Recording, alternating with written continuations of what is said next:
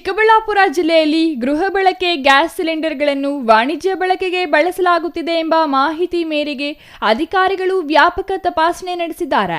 ಜಿಲ್ಲೆಯಾದ್ಯಂತ ಒಟ್ಟು 249 ಸಿಲಿಂಡರ್ಗಳನ್ನು ಸೀಸ್ ಮಾಡಲಾಗಿದೆ. ಅಂದಹಾಗೆ ಬಾಗೇಪಲ್ಲಿಯಲ್ಲಿ 13, ಚಿಕ್ಕಬಳ್ಳಾಪುರದಲ್ಲಿ 71, ಚಿಂತಾಮಣಿಯಲ್ಲಿ 26, ಗೌರಿಬಿದನೂರಿನಲ್ಲಿ 36, ಗುಡಿಬಂಡೆಯಲ್ಲಿ 68, ಶಿಡ್ಲಘಟ್ಟದಲ್ಲಿ 31 ಮತ್ತು ಚೇಳೂರಿನಲ್ಲಿ 2 ಸಿಲಿಂಡರ್ಗಳನ್ನು ಜಪ್ತಿ ಮಾಡಲಾಗಿದೆ. ಜಪ್ತಿಯಾದ ಸಿಲಿಂಡರ್ಗಳಲ್ಲಿ 214 ಗೃಹ ಬಳಕೆಯ ಸಿಲಿಂಡರ್ಗಳು ಹಾಗೂ 33 ವಾಣಿಜ್ಯ ಸಿಲಿಂಡರ್ಗಳು ಸೇರಿವೆ. ಅತ್ಯಂತ ಕಠಿಣವಾದಂಥ ಕಾರ್ಯಾಚರಣೆ ಆಗಬೇಕು ಅನ್ನೋ ಸೂಚನೆ ಕೊಟ್ಟಿದ್ವಿ. ಅದರ ಹಿನ್ನೆಲೆಯಲ್ಲಿ ಜಿಲ್ಲೆಯಲ್ಲಿ ಈವರೆಗೆ ನಮ್ಮ 8 ತಾಲೂಕುಗಳಲ್ಲಿ ಸುಮಾರು 247 ಸಿಲಿಂಡರ್ಗಳನ್ನು ನಾವು ಸೀಸ್ ಮಾಡಿದ್ದೀವಿ.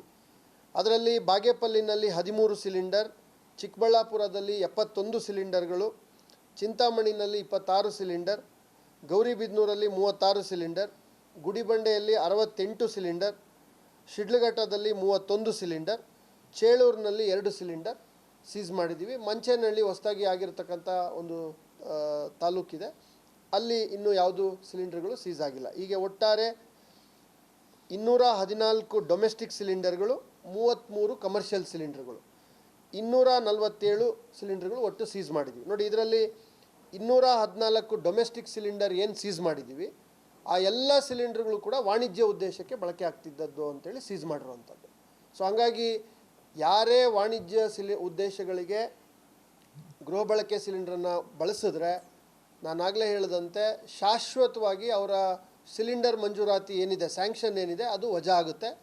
ಆ ಕುಟುಂಬ ಇನ್ನು ಮುಂದೆ ಸಿಲಿಂಡ್ರನ್ನು ಹೊಂದೋದಕ್ಕೆ ಸಾಧ್ಯ ಆಗೋದಿಲ್ಲ. ಇದು ಇವಾಗ ಕೇಸಲ್ಲಿ ಆಗ್ತಾ ಇರುತ್ತೆ. ನಮ್ಮ ನಿರಂತರವಾಗಿ ಜಿಲ್ಲಾಧಿಕಾರಿಗಳ ನ್ಯಾಯಾಲಯದಲ್ಲಿ ಎಸೆನ್ಷಿಯಲ್ ಕಮಾಡಿಟೀಸ್ ಆ್ಯಕ್ಟ್ ಅಡಿನಲ್ಲಿ ಈಗಾಗಲೇ ಪ್ರಸ್ತುತ ನಡೀತಾ ಇರೋದೇ 35 ಪ್ರಕರಣಗಳಿದ್ದಾವೆ.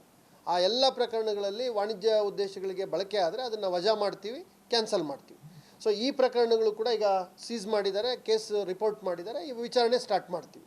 ಎಲ್ಲಿ ಸೀಸ್ ಮಾಡಿದ್ದಾರೆ ವಿತ್ ಫೋಟೋಗ್ರಾಫ್, ಮಾಜರ್, ದಾಖಲೆ ಎಲ್ಲ ಕರಾರುವಾಕ್ಕಾಗಿ ಇಟ್ಕೊಳ್ಬೇಕು ಅನ್ನೋ ಸೂಚನೆ ಕೊಟ್ಟಿದ್ದೀನಿ.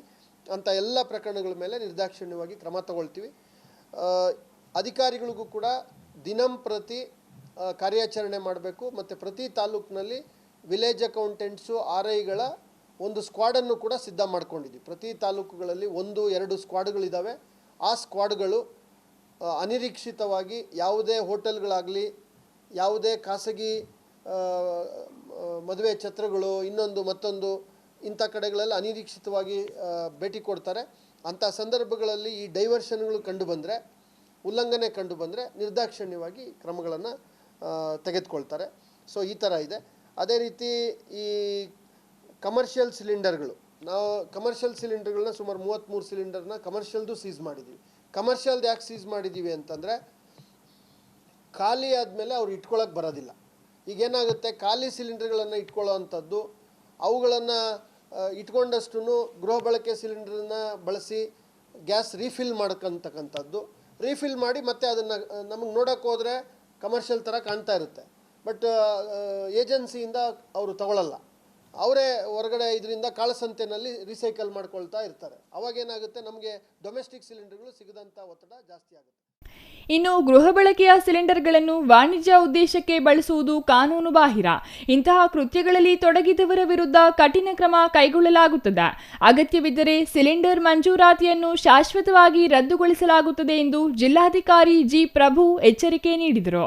ಜಿಲ್ಲಾಡಳಿತದ ಈ ಕ್ರಮದಿಂದ ಅಕ್ರಮ ಬಳಕೆದಾರರಿಗೆ ಎಚ್ಚರಿಕೆಯ ಸಂದೇಶ ರವಾನೆಯಾಗಿದೆ. ಮುಂದಿನ ದಿನಗಳಲ್ಲಿ ಇನ್ನಷ್ಟು ಕಠಿಣ ಕ್ರಮಗಳ ನಿರೀಕ್ಷೆ ಇದೆ. Thoudanahalli Ramesh, CTV news, Chikkaballapur.